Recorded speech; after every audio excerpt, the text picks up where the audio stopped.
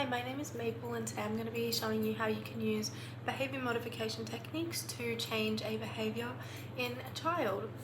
So firstly, you're going to want to identify the specific behaviour that you're trying to change. So for this example, I'm going to use tantrum behaviour, in particular tantrums with loud crying or screaming or throwing things.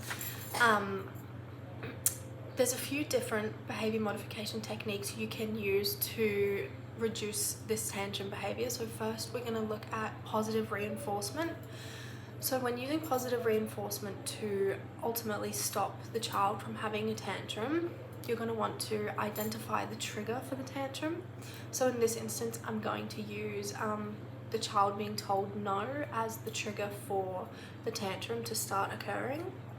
So with positive reinforcement, ideally, you'll set up a reward system, so each time that the child acts appropriately rather than having a tantrum after the identified trigger, you'll reinforce them by either giving them a sticker or a reward, a treat, something that they enjoy and something that they will ultimately keep acting that way because they like the reward that they received.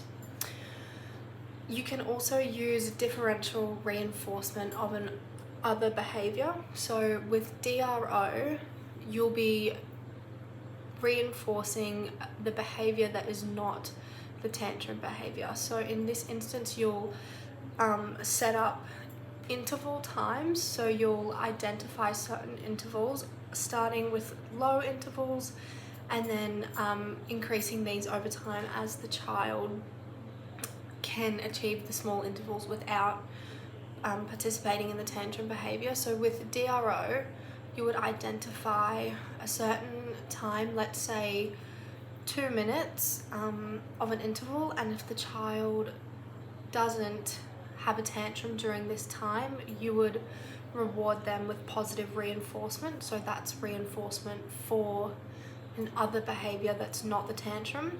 But if the child did have a tantrum within this interval that you had set, then you would restart the timer and they wouldn't receive anything.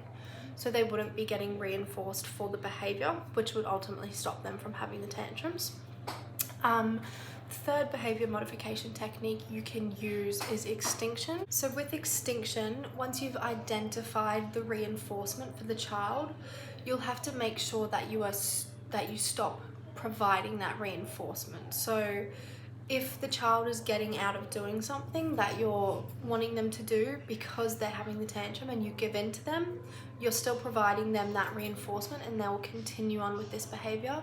However, if you don't react or you wait until they're calm and then you carry on with telling them what they need to do, their tantrum will no longer be reinforced and then they will stop participating in having tantrums as often, and ultimately in the end it won't happen anymore because the behaviour will become extinct because it was no longer being reinforced.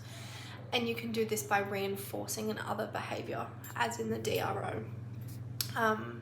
It is likely with extinction that you'll see extinction bursts, which means that the behaviour will often get worse before it gets better, but you will have to just be strong in this time and keep ignoring the behaviour unless it puts the child or someone else in danger. Then you'll have to rethink how you're going to reduce the behaviour. I hope that was helpful and thank you. Bye.